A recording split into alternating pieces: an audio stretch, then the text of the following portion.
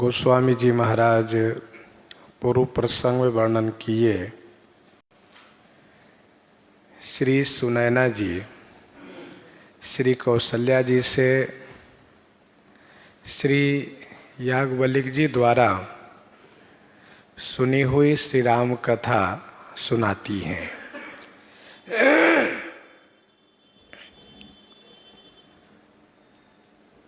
Shri Ram ji one में 14 वर्ष निवास करके देव कार्य को पूरा करेंगे और फिर श्री अयोध्या जी में आकर के अचल होकर के राज्य करेंगे।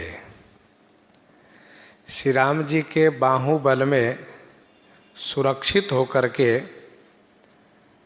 स्वर्गवासी, पातालवासी और भूलोकवासी अपने अपने स्थल में, अपने अपने लोक में सुखपूर्वक निवास करेंगे। यह कथा बहुत पहले ही श्री याज्ञवल्क्य जी ने सुनाई है और महामुनि श्री याज्ञवल्क्य जी का कहा हुआ झूठा नहीं होगा। अब तक उन्होंने जो कुछ कहा सब सत्य हुए हैं।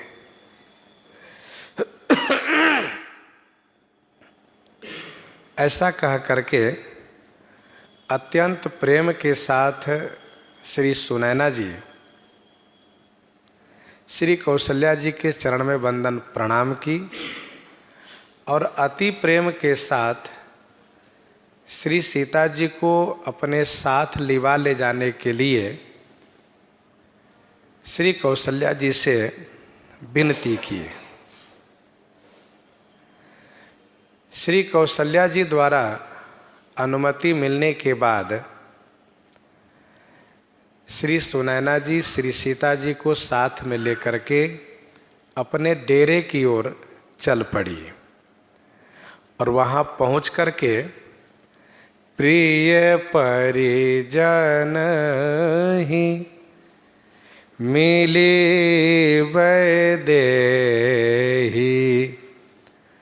जो जेहि जोग भांति तेहि तेहि। प्रिय परिजन ही मिली वैदेही जो जहि जोग भांति तेहि तेहि। वैदेही प्रिय परिजन ही जो जहि जोग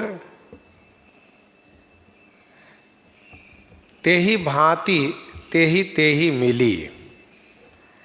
श्री विदेह नंदिनी जो श्री सीता जी अपने उन प्रिय परिजनों से, कुटुंबियों से जो जिस योग्य हैं उस बात को ध्यान में रखती हुई उनसे उन्हीं उन्हीं भावों से मिली हैं। जिस प्रकार से श्री रघुनाथ जी अपने प्रिय परिजनों से मिलने के लिए अनंत रूप में हो गए थे, उसी प्रकार से श्री किशोरी जी मिथिला वासियों से अपने प्रिय परिजनों से मिलने के लिए अनेक रूप में हो गई हैं। श्री सीता जी अनेक रूप बना लेती हैं आवश्यकता पड़ने पर। इस बात की पुष्टि गोस्वामी जी ने चित्रकूट के प्रसंग में ही की है कि सीय सासु प्रतिवेश बनाई सादर करई सरिस सेवकाई।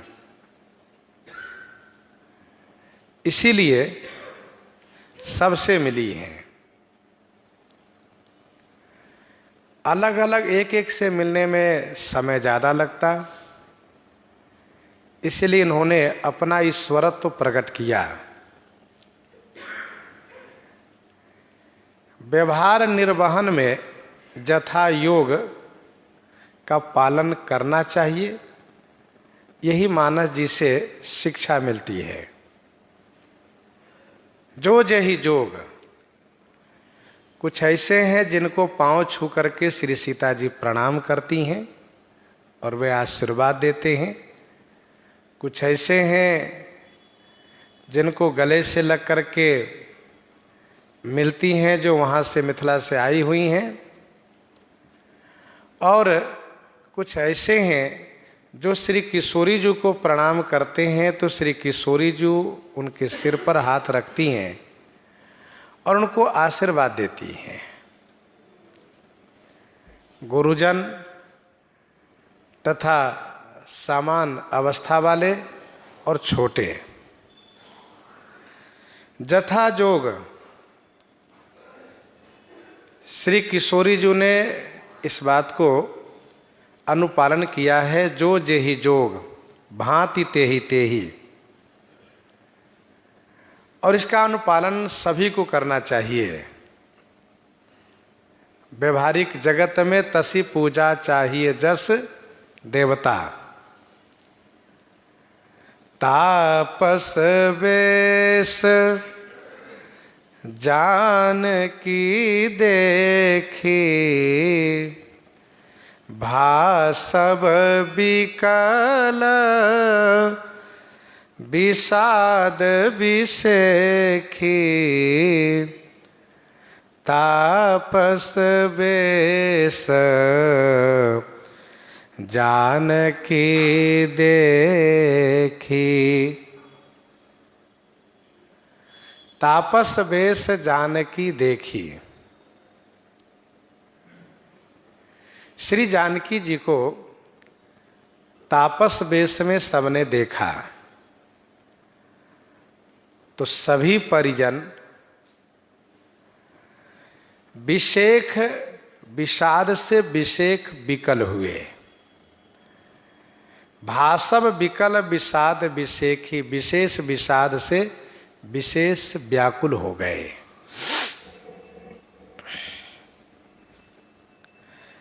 श्री किशोरी जी को तापस वेश में सबने देखा।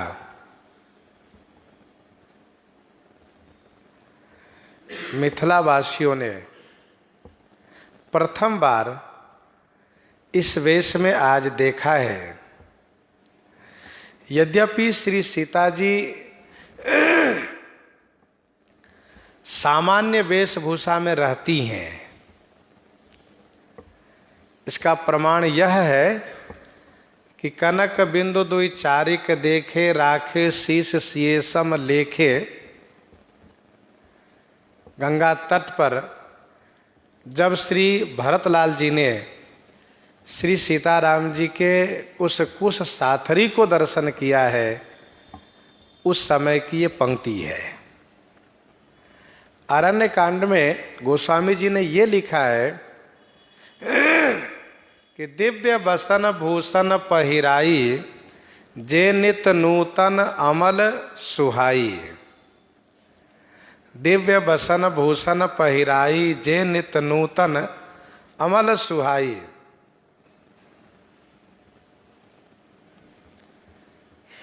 लेकिन जिस वेशभूषा में श्री मिथिला जी में, श्री अयोध्या जी में श्री सीता जी रहती थी, वह वेशभूषा तो नहीं है।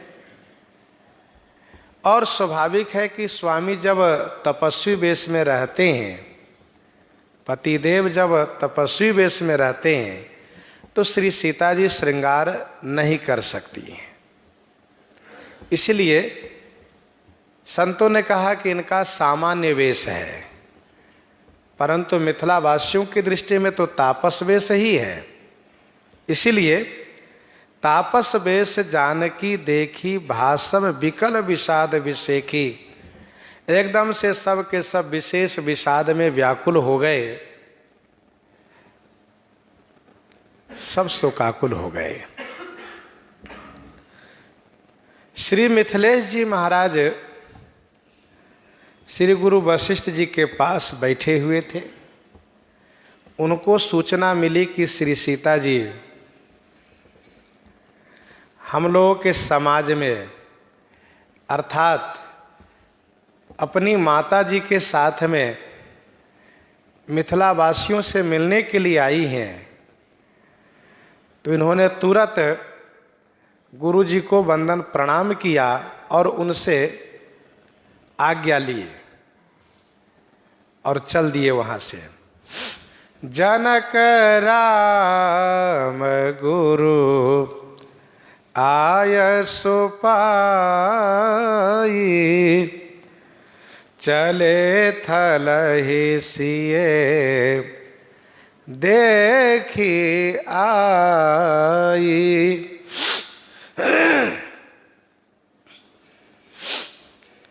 जनक राम गुरु आय सुपाई, चले थलहि सिए देखी आई। श्री जनक जी महाराज श्री राम गुरु वशिष्ठ जी महाराज से, श्री विश्वामित्र जी से आज्ञा प्राप्त करके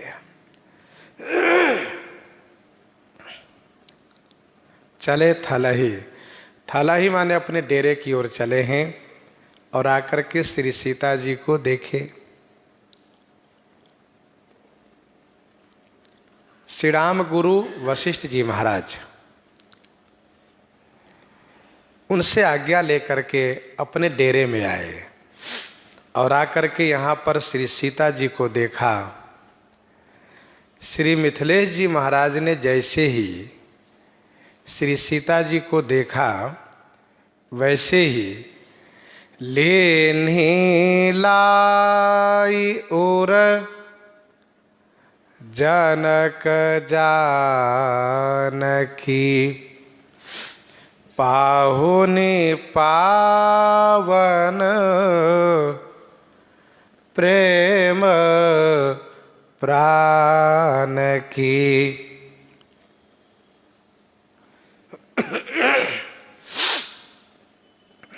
लेन्हि लाई उर जनक जानकी, पाहुनि पावन प्रेम प्राण की। श्री जनक पावन प्रेम और प्राण की पाहुनी श्री जानकी जी को उरलाई लिन्हि माने हृदय से लगा लिए।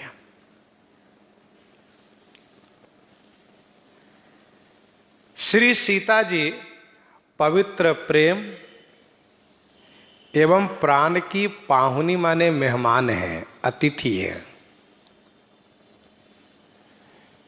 बेटी जब ससुराल से मायके में आती हैं तो वह मेहमान के समान ही सम्मानित होती हैं। तब सबके लिए वह मेहमान के समान ही होती है। चित्रकूट में अयोध्या समाज और मिथिला समाज दोनों समाज अलग अलग है। श्री किशोरी जी अपने प्रिय परिजन मिथिला वासियों से मिलने के लिए मानो मायके में आई हैं, जहाँ की माता जी भी हैं, माता जी के साथ आई हैं और प्रमुख मिथिला के सभी लोग आए हुए हैं, पूरा मिथिला समाज है। तो इसीलिए श्री किशोरी जी को देखते ही श्री मिथिलेश जी के हृदय में इतना प्रेम बढ़ा कि गोस्वामी जी ने कहा कि पावन प्रेम, पवित्र प्रेम और प्राण की पाहुन है। पवित्र प्रेम के कारण ही प्राण की पाहुन है। पवित्र प्रेम कहने का भाव यह है कि श्री मिथिलेश जी ने पूर्व जन्म में श्री सीता जी को पुत्री रूप में प्राप्त करने के लिए बहुत तपस्या की है, कठिन साधना किया है इन्होंने, बहुत प्रेम किया है। उसी पवित्र प्रेम के कारण श्री सीता जी इनकी पुत्री बनी है। और श्री सीता जी प्राण के पाहुन हैं, अर्थात प्राण से अधिक प्रिय श्री सीता जी हैं। प्राण से बढ़कर के अपनी बेटी श्री सीता जी को श्री मिथिलेश जी मानते हैं। इस चौपाई की आधी पंक्ति बालकांड में भी प्रस्तुत गोस्वामी जी ने की है। लीन्हि लाई उर जनक जानकी, तो वहां पर है मिटी महामरजाद ज्ञान की।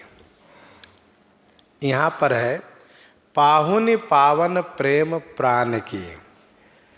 तब विदा कर रहे थे श्री मिथिलेश जी, इसलिए गोस्वामी जी ने ये वहां पर कहा था कि मिटी महामरजाद ज्ञान की, और यहाँ पर मेहमान होकर के आई हैं, पाहुनी होकर के आई हैं, इसलिए कहा प्रिय प्रेम, पावन प्रेम और प्राण की पाहुनी है।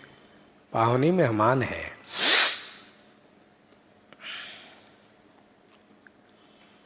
ध्यान देने वाली बात यह है कि पाहुन स्वतंत्र होता है, मेहमान स्वतंत्र होता है, वो कभी भी जा सकता है। वैसे ही श्री सीता जी जब चाहे चली जाएंगे। घंटे 2 घंटे के लिए आई हैं, अब तो मेहमान के रूप में ही आई हैं।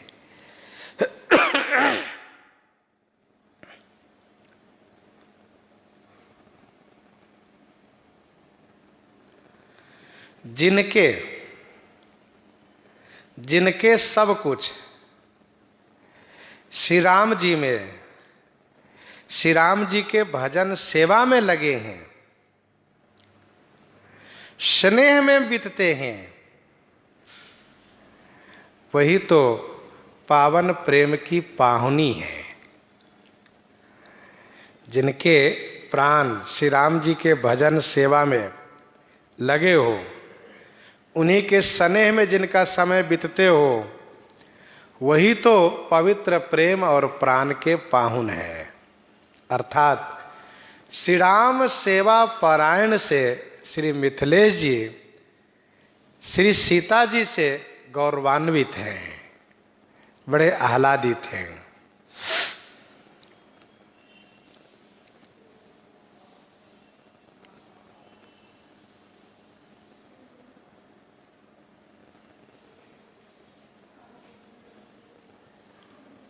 एक भाव ये भी है कि पाहुनी है, पवित्र प्रेम और प्राणों के प्रेम,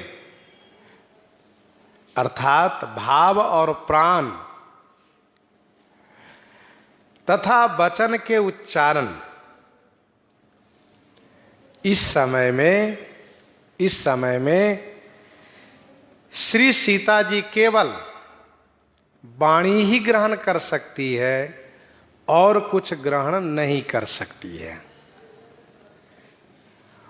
पाहुनी पावन प्रेम प्राण की, ये पवित्र प्रेम और प्राण की पाहुनी है का भाव ये है कि पवित्र प्रेम अर्थात भाव से युक्त वाणी को ही ग्रहण करेगी, अर्थात कोई वस्तु यदि हम इन्हें दे तो ग्रहण नहीं करेंगे अभी, क्योंकि तपस्वी वेश में है, तपस्विनी वेश में है।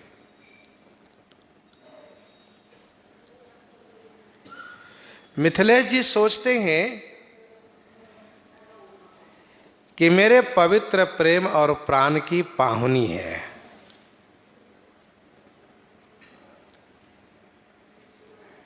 पवित्र प्रेम और प्राण की पाहुनी है ये।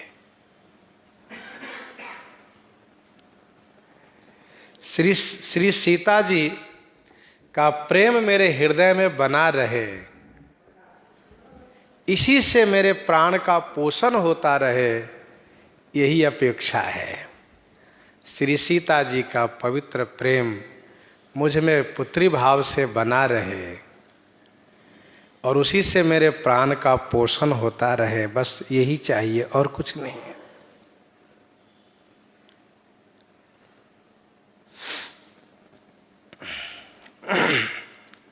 गोस्वामी जी कहते हैं, लेन ही लाई उर जनक जानकी पाहुनी पावन प्रेम प्राण की। शुद्ध इसका भाव ये है कि श्री सीता जी में श्री मिथिलेश जी का पवित्र प्रेम और प्राण दोनों इनमें समर्पित है, लगा हुआ है। ये बिल्कुल स्पष्ट शुद्ध भाव है। उर उमगे अम्बुधि अनुरागो भयउ भूप मन मनहु प्रयागो। उर उमगे अम्बुधि अनुरागो।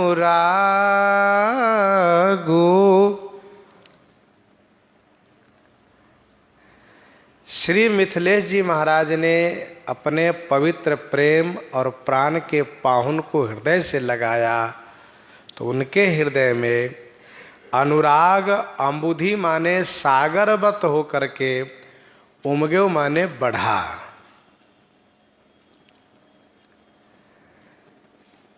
जब अनुराग रूपी सागर बढ़ा तो गोस्वामी जी कहते हैं महाराज का मन प्रयाग हो गया।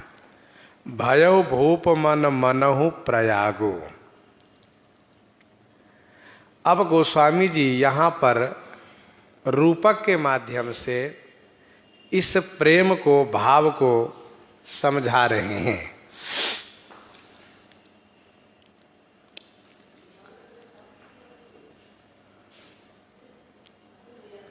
जब सांसारिक रिश्ते से बेटे बेटी के प्रति प्रेम बढ़ता हो अथवा किसी भी रिश्ते में प्रेम बढ़ता हो तो उसका नाम होता है मोह। मोह कहलाता है।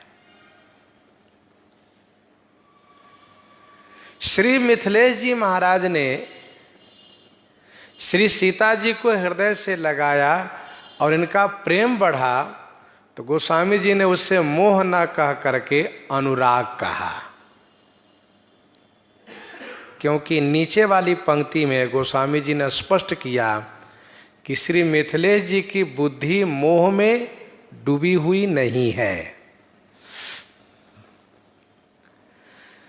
तो सांसारिक संबंध से, सांसारिक संबंध मतलब अपने पारिवारिक संबंध से जब प्रेम हमारा बढ़ता है तो वह मोह कहलाता है।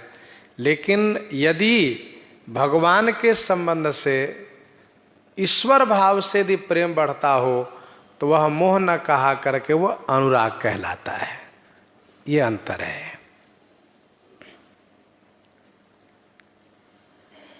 श्री मिथिलेश जी महाराज ने श्री सीता जी को देख करके पुत्री पुत्री कह करके उनको हृदय से लगाया और मन में ये सोचा कि मेरे पवित्र प्रेम और प्राण के पाहुन हैं, मेहमान हैं। तो उनके हृदय में वह भाव इतना बढ़ा कि मेरी बेटी है, मेरी पुत्री है। तो दूसरे क्षण उनके मन में बात आई कि मैं तो ज्ञानी और मैं बेटी के प्रति इतना प्रेम कर जाऊं, बेटी में इतना मेरा प्रेम हो, ये तो ज्ञानियों के लिए शोभनीय नहीं है। तब श्री मिथिलेश जी को ध्यान में आया कि ये तो ईश्वरी हैं और इनमें अनुराग होना, इनमें प्रेम बढ़ना, ये ज्ञान के लिए शोभा है, ये ज्ञान के लिए शोभा है। इसीलिए गोस्वामी जी महाराज ने यहाँ पर एक रूपक रखा श्री मार्कंडे मुनि की कथा से जोड़ करके। उर उमगेउ अम्बुधि अनुरागु भयो भूप मन मनहु प्रयागु। सागर जब बढ़ता है तो क्या होता है? प्रलय आता है। सागर जब बढ़ता है तो प्रलय होता है। वैसे ही श्री मिथिलेश जी के अंतःकरण में श्री सीता जी के प्रति पुत्री भाव का प्रेम जो बढ़ा वह सागर के समान बढ़ा। और सागर के समान बढ़ा तो एक प्रलय हो गया, प्रलय हो गया। और प्रलय आने पर सारा संसार, सारा ब्रह्मांड जलमग्न हो जाता है। बचता है तो केवल तीर्थराज प्रयाग का पहचान, और किसी का पहचान नहीं बचता है। जब सारा संसार जलमग्न होता है तो कहीं का पहचान नहीं बचता। कोई ये नहीं कह सकता कि यहाँ पर वृंदावन है, यहाँ पर अयोध्या जी है, यहाँ पर काशी है, ये नहीं कह सकता कोई। यहाँ अमुक शहर है, यहाँ पर अमुक प्रदेश है, किसी को कुछ पता नहीं चलेगा। सारा सब जलमग्न हो जाता है। लेकिन प्रयागराज को चिन्ह बना होता है, प्रयागराज का पहचान बना रहता है। कैसे? कहा वहां पर अक्षय वट है एक, सब डूब जाता है लेकिन अक्षय वट नहीं डूबता है। तो अक्षय वट ही इस बात को प्रमाणित करता है कि यही है तीर्थराज प्रयाग की भूमि। और हम यहाँ डूबते नहीं। जैसे जल का स्तर बढ़ता जाता है, जल का स्तर बढ़ता है, वैसे ही अक्षय वट बढ़ता चला जाता है और अक्षय वट कभी डूबता ही नहीं। और फिर उस अक्षय वट पर प्रलय कालीन तक भगवान स्वयं बालक रूप धारण करके, महाभारत की कथा के अनुसार उसी अक्षय वट पर उनका छोटा सा पलंग होता है, पर्यंक। भागवत जी के अनुसार पत्ते पर ठाकुर जी वहीं पर लेटते हैं और वहीं पर अपने कोमल कोमल दोनों हाथों से अपने उन कोमल चरण को पकड़ करके, खींच करके, पदांगुष्ठ को मुख में लेकर के उस चरणांगुष्ठ के रस को आस्वादन करते हुए टुकुर टुकुर सब तरफ देखा करते क्या हो रहा है। यह है उनकी लीला। यहां पर प्रसंग उसी को दर्शाया जा रहा है।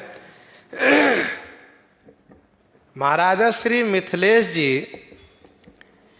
मिथिलेश जी का ज्ञान चिरंजीवी मार्कंडे मुनि है। आगे पहले दो चौपाई का अर्थ समझिए, फिर इस पर हम लोग चर्चा करेंगे।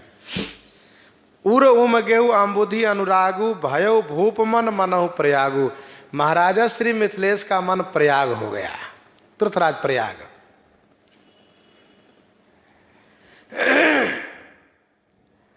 श्री मिथिलेश जी के मन को प्रयाग क्यों कहा? तो प्रयाग इसलिए कहा क्योंकि राम भगति जहाँ सुर सरि धारा, सरसई ब्रह्म विचार प्रचारा, विधि निषेध मय कलिमल हरणी, कर्म कथा रविनंदन वरणी। जिस प्रकार से तीर्थराज प्रयाग में जब हम जाएंगे, हम लोग जाते हैं, तो यद्यपि वहाँ श्री यमुना और श्री सरस्वती दोनों की चर्चा है। श्री यमुना जी दिखती भी हैं, श्री सरस्वती जी गुप्त रूप में हैं, लेकिन प्रमुख रूप से यदि पहचान है, विशेष रूप से प्रवाहित धारा है, तो वह है गंगा जी का। मानव जीवन में कर्म ज्ञान उपासना तीनों हो, अच्छी बात है, लेकिन प्रधानता उपासना की होनी चाहिए। राम भगति जहां सुरसरी धारा, तो भक्ति की प्रधानता होनी चाहिए। यहां पर श्री मिथिलेश जी के मन में भक्ति की प्रधानता है। इसी बात को दर्शाते हुए गोस्वामी जी ने कहा कि भयो भूप मन मनहु प्रयागो। मिथिलेश जी का मन प्रयाग हो गया, और मन रूपी प्रयाग में जहां भक्ति रूपी गंगा की प्रधानता है, यहां पर सिय स्नेह बट बाढ़त जोहा तापर राम प्रेम शिशु सोहा। सिय स्नेह बट बाढ़त जोहा थोड़ी सावधानी से सुनते और समझते जाइएगा। पहली बात, मिथिलेश जी ने श्री सीता जी को देखा तो इनके हृदय में पुत्री भाव इतना प्रगाढ़ बढ़ा कि इन्होंने अपने पवित्र प्रेम, उस पवित्र प्रेम, जिस पवित्र प्रेम से इनको पुत्री रूप में प्राप्त किया है तपस्या करके, वह पवित्र प्रेम और प्राण के पाहुन के रूप में इनको देखा। पहली बात। दूसरी बात, इनके हृदय में वह पुत्री भाव से प्रेम इतना अधिक बढ़ा कि इनके अंतःकरण में बाढ़ आ गई, स्नेह की बाढ़ आ गई, प्रेम की बाढ़ आ गई, डूबने लगा, अंतःकरण डूब गया। उसी में उनको श्री सीता जी के प्रति जो स्नेह है, तीसरी बात में अब आ जाइए, श्री सीता जी के प्रति जो स्नेह है पुत्री भाव से, वह बट वृक्ष के समान बढ़ते हुए दिखाई दिया। अब तो स्पष्ट हो गया। सिय स्नेह बट बाढ़त जोहा, तापर राम प्रेम शिशु सोहा। उस पर उन्होंने श्री राम प्रेम शिशु को सुशोभित होते हुए दर्शन किया, देखा। क्या सुंदर भाव है यहाँ पर। गोस्वामी जी कहते हैं, श्री मिथिलेश जी महाराज इस बात को लेकर के बड़े भावुक होते चले गए कि मुझे श्री राम जी मिले हैं तो पुत्री के माध्यम से मिले, पुत्री के द्वारा मिले हैं। क्योंकि भगवान बाल मुकुंद यदि मार्कंडे मुनि को मिले हैं तो बट वृक्ष के माध्यम से मिले हैं, उस बट पर मिले हैं, पानी में नहीं मिले हैं, जल में नहीं मिले हैं। सिय स्नेह बट बाढ़त जोहा, जैसे प्रलय काल में बट बढ़ता है, वैसे ही श्री मिथिलेश जी के मन रूपी प्रयाग में सिय स्नेह रूपी बट जब बढ़ा, बहुत ऊपर तक बढ़ गया, तो उसी पर इन्होंने श्री राम प्रेम शिशु को दर्शन किया।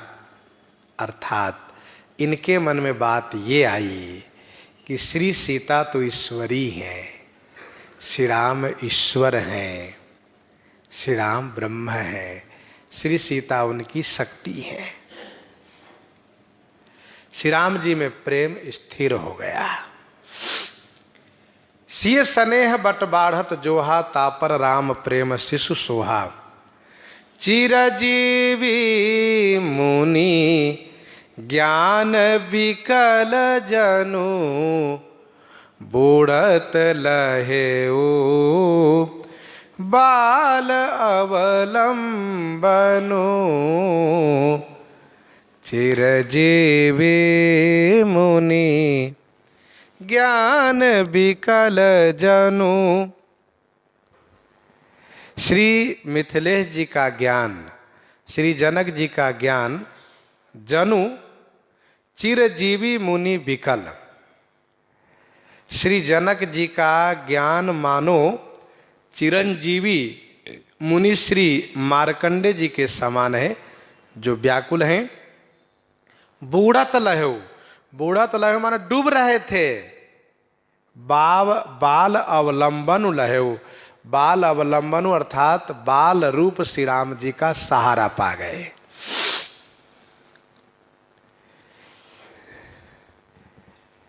ज्ञान को प्रेम में क्या शोभा हुई, इस बात को गोस्वामी जी ने इस रूपक के माध्यम से दर्शाया, प्रस्तुत किया उन्होंने। श्री जनक जी का ज्ञान ही मानो चिरंजीवी मुनि श्री मार्कंडे जी हैं, जो डूब रहे थे। जैसे मार्कंडे जी डूब रहे थे, वैसे ही इनका ज्ञान डूब रहा था। ज्ञान को कोई सहारा नहीं मिल रहा था, क्या करें, कहाँ जाएं। और डूबते हुए श्री मार्कंडे जी को जैसे श्री बाल मुकुंद भगवान का दर्शन हुआ, वैसे ही श्री जनक जी के ज्ञान को एक स्थान मिल गया। अर्थात उनके मन में यह बात स्थिर हो गई कि श्री सीताराम जी ईश्वर हैं, ब्रह्म है, सच्चिदानंद घन है, और इनमें प्रेम तो होना ही चाहिए, होने में ही शोभा है।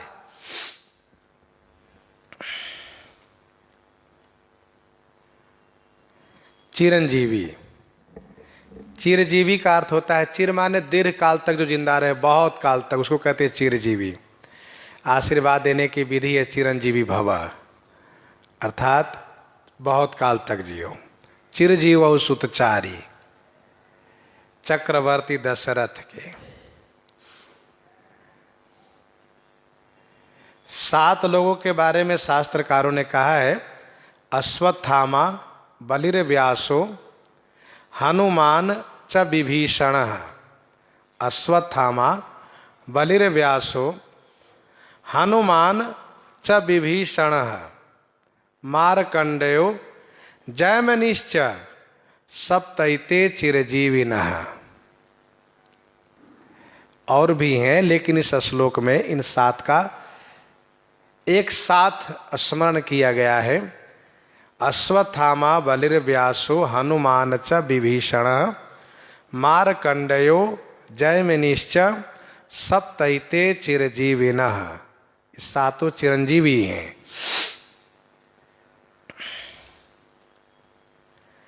श्री मार्कंडे जी महाराज श्रीमद् भागवत जी के 12 स्कंध में वर्णन है। गोस्वामी जी ने विनय पत्रिका 60 पद में तो बिल्कुल स्पष्ट किया कि मार्कंडे मुनिवर्य हित, मार्कंडे मुनिवर्य हित, बिना ही कल्पांत प्रभु प्रलयकारी। बिना कल्पांत के प्रभु प्रलय दिखाए, बिना समय का प्रलय। श्रीमद् भागवत जी में स्पष्ट वर्णन है, श्री मृकंडू ऋषि के पुत्र श्री मार्कंडे, मृकंडू के पुत्र मार्कंडे जी, तो श्री मृकंडू के पुत्र हैं श्री मार्कंडे जी। इनका यज्ञोपवीत संस्कार पिताजी ने कराया।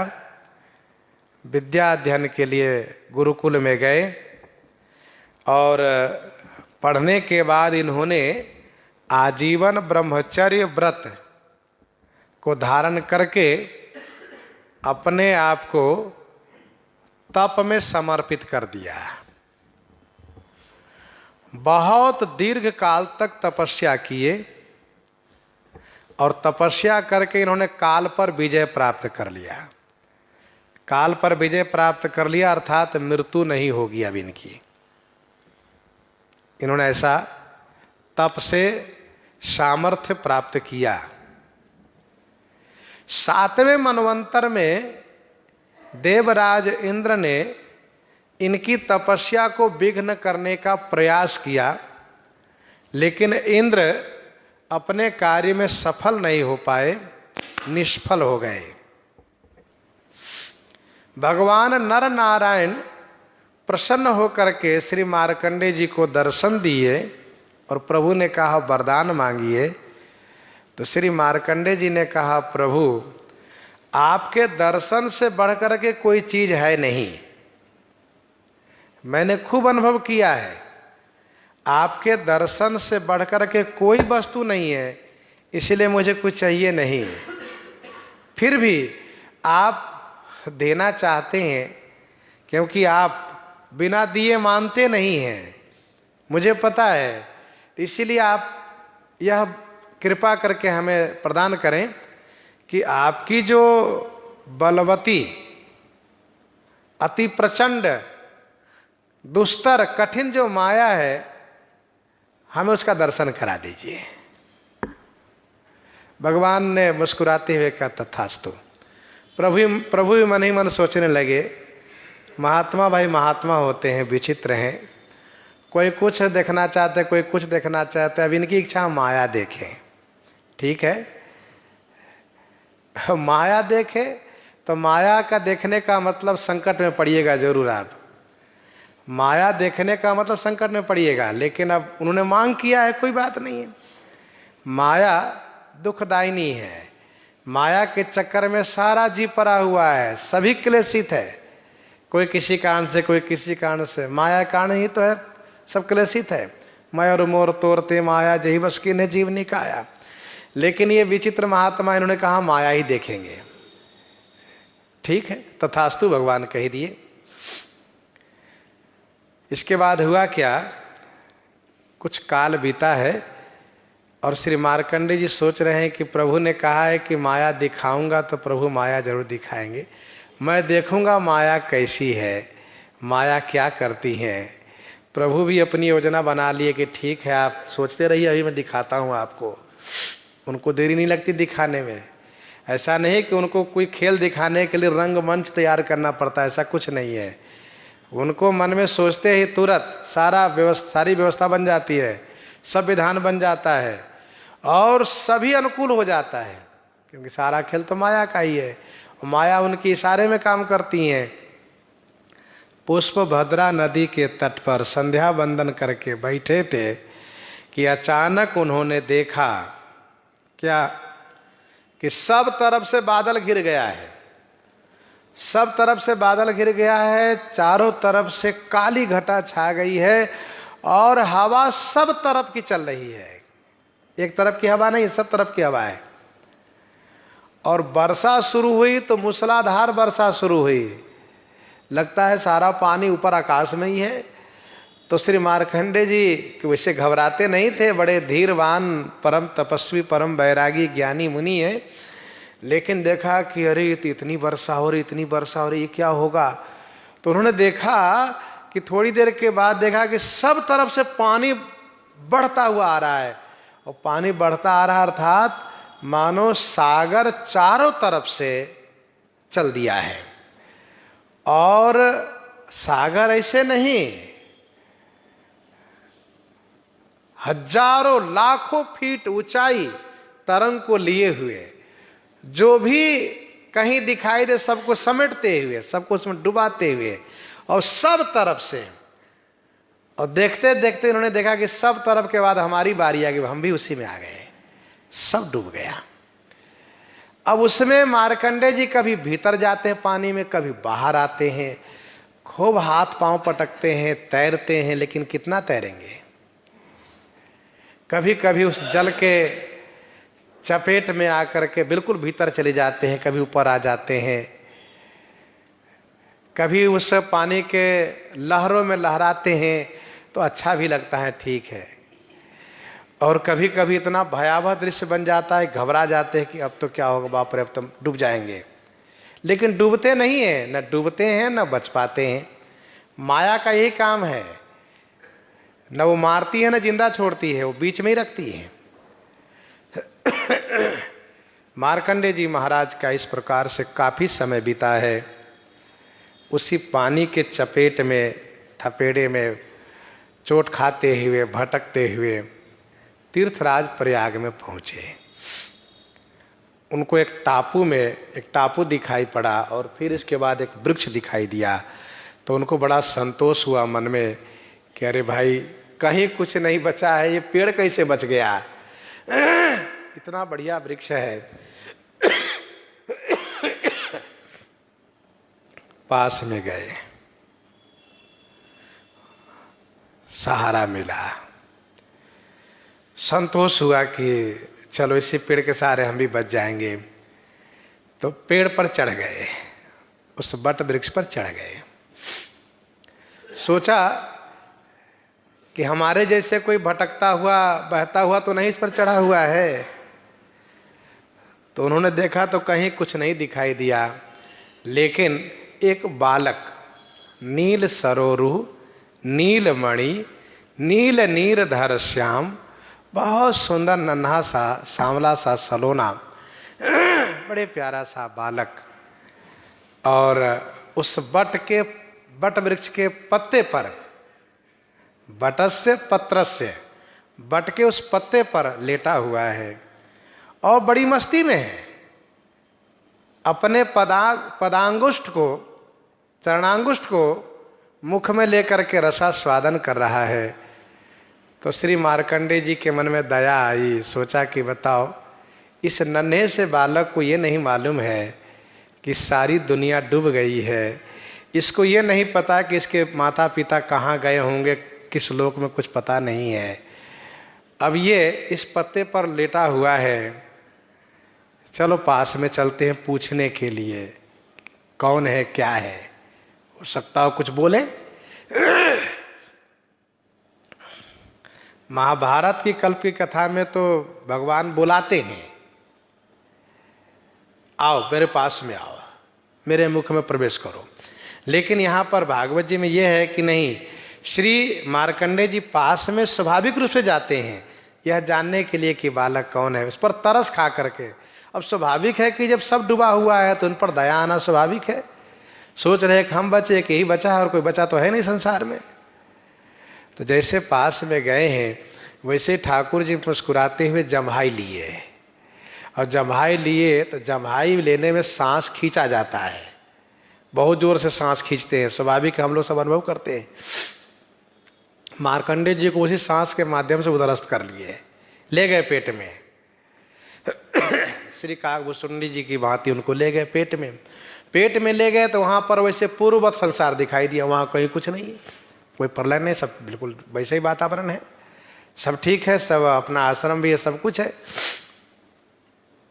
इसके बाद कुछ दिन तक पेट में घूमने के बाद, जैसे काकभूषुंडी जी पेट में बहुत दिन तक घूमते रह गए, इसके बाद फिर उन्होंने चाहा कि भाई यहाँ हम कहाँ घूम रहे हैं, क्योंकि ये दृश्य वैसा ही बना हुआ है जैसे कि सपने में हम लोग कभी कभी जब ये नहीं समझ पाते हैं कि स्वप्न है तो बहुत विक्षिप्त होते हैं, कुछ निर्णय नहीं कर पाते हैं और बड़े असमंजस की स्थिति में रहते हैं हम लोग। फिर तो ठाकुर जी ने मार्कंडेय मुनि को फिर जम्हाई लेते हुए उनको बाहर कर दिया, और बाहर कर दिया तो फिर उस पानी में गिरे, प्रलय काल के पानी में, और फिर संभल करके पास में आए।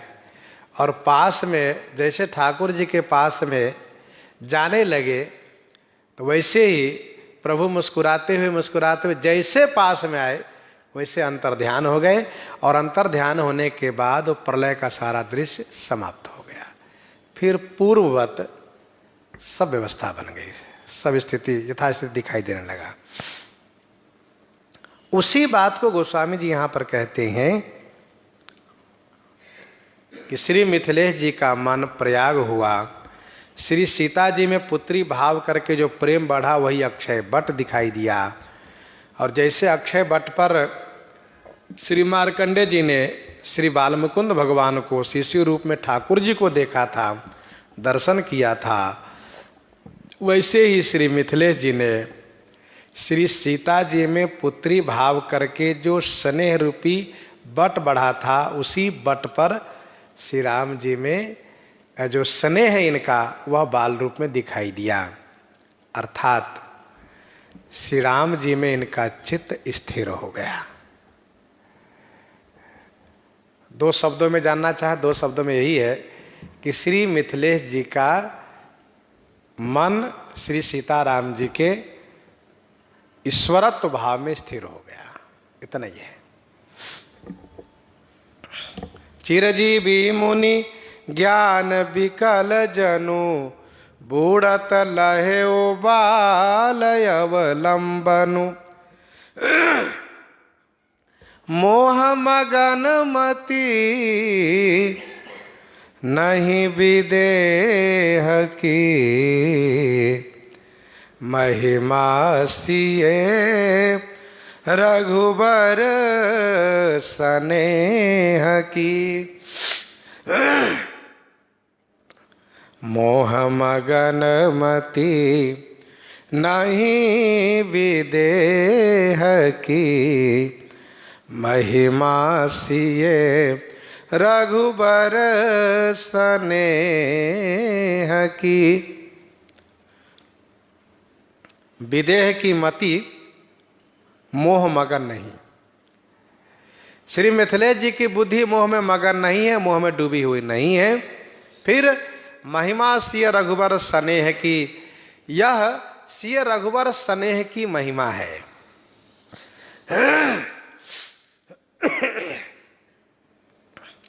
श्री सीताराम जी के स्नेह की महिमा है। अर्थात भगवत प्रेम बड़े बड़े ज्ञानियों को डुबा देता है, जिसमें श्री मिथिलेश जी भी डूब गए। श्री मिथिलेश जी श्री सीता जी को पुत्री मान करके नहीं रो रहे हैं, बल्कि ईश्वरी मान करके, भगवान मान करके। श्री सीताराम जी ईश्वर हैं, श्री सीता जी उनकी शक्ति हैं, उनमें जीव का सहज स्नेह होना चाहिए, इस भाव से रो रहे हैं। एक सज्जन मिले थे तो वे कह रहे थे कि देखिए, ज्ञान मार्ग में नहीं पढ़ना चाहिए। हमने कहा क्यों? कहा ये ठीक नहीं है। भक्ति युक्त ज्ञान हो तब तो ठीक है, और शुष्क ज्ञान है ना, तो उससे बड़ी नास्तिकता आ जाती है, किसी के प्रति आदर भाव नहीं और कोई आचार विचार नहीं, बिल्कुल एक प्रकार से नास्तिकता आ जाती है, वो ठीक नहीं है। तो उनका कहना यह था कि भक्ति ही होनी चाहिए, जिसका आनंद एक अलग है, भजन का आनंद ही अलग है, भजन होना चाहिए, भक्ति होनी चाहिए। गोस्वामी जी महाराज ने श्री जनक जी को कोरे ज्ञानी के रूप में नहीं दिखाया, सरस ज्ञानी के रूप में दर्शन कराया। श्री जनक सरस ज्ञानी है, और सरस ज्ञानी का मतलब सरस भक्ति युक्त ज्ञानी है। ज्ञानी कभी रोता नहीं। ज्ञानी का तो यह है कि तुम ब्रह्म, हम ब्रह्म, सब ब्रह्म ही ब्रह्म है, तो ब्रह्म को जान लिया, ब्रह्म सब ब्रह्म ही ब्रह्म है, तो फिर काहे का रोना गाना, कहीं कुछ नहीं। भक्ति में भाव है, भक्ति में भाव है कि मैं दास हूं और श्री राम जी मेरे स्वामी हैं। भेद भक्ति होनी चाहिए, भेद भक्ति, अर्थात मेरे स्वामी श्री राम जी हैं, मैं उनका दास हूं। मोह मगन मति नहीं विदेह की, महिमा सिय रघुबर स्नेह की। गोस्वामी जी इस बात को पहले भी लिख चुके हैं कि जासु ज्ञान रवि भवनि सिनासा, वचन किरण मुनि कमल विकासा। जासु ज्ञान रवि भवनि सिनासा, वचन किरण मुनि कमल विकासा, तेहि की मोह ममता नियराई, यह सिय राम स्नेह बढ़ाई। जिनके ज्ञान रूपी सूर्य के वचन रूपी किरण से मुनि रूपी कमल विकसित हो गए, जिन्होंने भवरात्रि को समाप्त कर दिया, क्या उनको मोह ममता उनके पास आ सकती है? नहीं। फिर यह श्री सीताराम जी के स्नेह की महिमा है। अर्थात श्री जनक जी में पुत्री भाव से मोह नहीं, बल्कि ईश्वर भाव से प्रेम है, भक्ति है, स्नेह है। सिय पितु मातु स्नेह बस, बिकल न सकी संभारी, धरनी सुता धीरज धरऊ, समऊ सुधर्म विचारी। सिय पितु मातु स्नेह बस, बिकल न सकी संभारी। सिय पितु मातु स्नेह बस। श्री सीता जी पिता माता के स्नेह के बस होकर के अपने आप को संभाल नहीं सकी, विकल हो गई। फिर धरनी सुता, धरनी सुता माने पृथ्वी की पुत्री होने के नाते, धरणीजा होने के नाते, समौ सुधर्म विचारी धीरज धरेऊ, समय और सुधर्म को विचार करके इन्होंने धैर्य धारण किया। सिय पितु मातु स्नेह बस विकल न सकी संभारी। श्री जनक जी बड़े शोकाकुल हैं, बड़े विह्वल हैं, तो क्या श्री सीता जी पर उनका कोई फर्क, कोई प्रभाव नहीं पड़ा? गोस्वामी जी कहते ऐसी बात नहीं है, खूब प्रभाव पड़ा। श्री सीता जी पितु मातु स्नेह बस, पितु मातु पिता माता के स्नेह के बस होकर के विकल हो गई, अपने आप को संभाल नहीं सकी, अर्थात श्री सीता जी भी रो पड़ी, रोने लगी।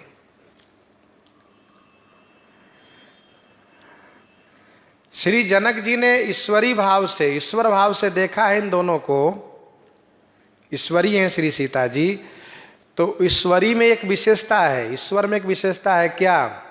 जे यथा माम प्रपद्यन्ते तांस तथैव भजाम्यहम्। गीता जी के 4 अध्याय के 11वां श्लोक में जे यथा माम प्रपद्यन्ते तांस तथैव भजाम्यहम्, जो जिस प्रकार से उनको भजता है वे भी उनको उसी प्रकार से भजते हैं, ये उनकी विशेषता है। ठाकुर जी यद्यपि सबसे परे हैं, सबसे परे हैं, अलिप्त हैं, अरूप हैं, अनाम हैं, वो जो कह लीजिए ईश्वर भाव में, ईश्वर देश में सबसे वो मुक्त अलग हैं, लेकिन वही भक्ति देश में सबसे सब है उनमें। जो अगुण अरूप अलख जोई भगत प्रेम बस सगुण सो होई। लोक नियम है, लोक नियम है, अर्थात लोक में देखा सुना गया है कि माता पिता यदि रो रहे हो तो बच्चे रोने लगते हैं। बच्चे से यदि पूछो कि तुम क्यों रो रहे हो तो बच्चे यही कहेंगे कि मेरी माता मेरे पिता रो रहे हैं इसलिए हम रो रहे हैं। उनसे पूछो कि तुम्हारे माता पिता क्यों रो रहे हैं तो कहते हैं हमको पता नहीं, हम नहीं जानते। जैसे मान लो अचानक माँ बाप रो रहे हो तो बच्चे रोने लगते हैं, भले वो सयाने हो। ये लोक नियम है, लोक रीति है। वैसे ही श्री सीता जी पुत्री हैं। श्री सीता जी ईश्वरी होने के साथ साथ पुत्री हैं, ब्रह्म की शक्ति हैं, ब्रह्म है लेकिन पुत्री भाव है। पिताजी को रुदन करते देख करके स्वयं विकल हो गई, अपने आप को संभाल नहीं सकी। सिय पितु मातु स्नेह बसा विकल न सकी संभारी। गोस्वामी जी कहते हैं श्री सीता जी ने बहुत जल्दी में धैर्य धारण किया। कहा क्यों? क्योंकि धारणी सुता है। पृथ्वी में धैर्य गुण प्रमुख रूप से है, पृथ्वी में धैर्यता है। दूसरी बात यह है कि यदि मैं अधीर बनी रहूं तो मेरी माता का क्लेश बना रहेगा। मतलब यह है कि मैं बहुत देर तक रोती रहूंगी ना तो पिताजी कहेंगे बेटी तुमको बड़ा कष्ट है न वन में, चलो तुम साथ चलो अपनी माता जी के साथ रहना, मैके में रहना, ससुराल मत आना, चलो। और यदि ऐसे कह दिए तो फिर बड़ी समस्या होगी कि अब कैसे कहें कि नहीं हम तो नहीं जाएंगे। इसीलिए पहले ही इन्होंने अपने आप को संभाला, जैसे कि पिताजी को कहना न पड़े, माँ को कहना न पड़े कि बेटी तुम चलो घर चलो। ठीक है श्री रघुनाथ जी वन में रहें, पुरुष हैं इनको वन में रहने दीजिए, अब आप चलो घर चलो। इसलिए ज़्यादा रोना ठीक नहीं है, फिर समस्या आ जाएगी। इसीलिए समय सुधर्म विचारी, समय विपत्ति का समय है, वनवास का समय है। सुधर्म माने पति सेवा, पतिव्रत धर्म निर्वहन का समय है। इसलिए किशोरी जी ने पहले ही रोना बंद किया और अपने आप को संभाल लिया। धरणी सुता धीरज धरेऊ। श्री किशोरी जी ने सोचा कि यदि मैं धैर्य धारण नहीं की तो पिताजी कहेंगे चलो बेटी घर चलो, और मैं घर चलने को यदि मना करूं तभी शोभनीय नहीं, जाऊं तो मेरा धर्म छूटता है, और सबसे बड़ी बात है कि मेरी माता पृथ्वी का क्लेश बना रहेगा, पृथ्वी का बोझ जो राक्षस लोग है उसका अंत नहीं होगा। और भगवान का अवतरण, भगवान की लीला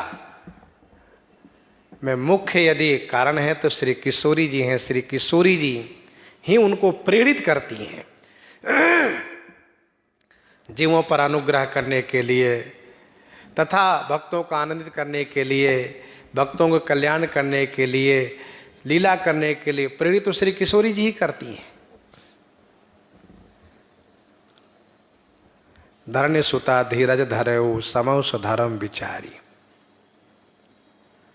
धीरज धर्म मित्र अरुणारी आपद काल परिखियहि चारी। दोहावली में 466 में गोस्वामी जी ने लिखा, दोहावली 466 में, सही कुबोल सांसति सकल अंगई अनट अपमान, सही कुबोल सांसति सकल अंगई अनट अपमान, तुलसी धर्म न परिहरिये कही करी गए सुजान। परिस्थिति चाहे जो आवे, समस्या चाहे जो हो, लेकिन अपने धर्म का परित्याग नहीं करना चाहिए। सही कुबोल सांसति सकल, कुबोल सह लो, सभी प्रकार की सांसति सह लो, कठिन अपमान सह लो, लेकिन धर्म का परित्याग न करो, ऐसा महापुरुषों ने कहा है। सहे धर्म हित को कोटि कलेसा, सिविदधीच हरिचंद नरेसा। किशोरी जी ने धैर्य धारण किया। अब स्वाभाविक है कि जब किशोरी जी ने धैर्य धारण किया तो श्री मिथिलेश जी भी धैर्य धारण किए, और श्री मिथिलेश जी महाराज श्री सीता जी की प्रशंसा करना शुरू किए। पुत्री पवित्र किए कुल दो। प्रसंग को हम आप यहीं पर हृदयांगम करते हैं। आइए श्रवण करते हैं विनय पत्रिका से।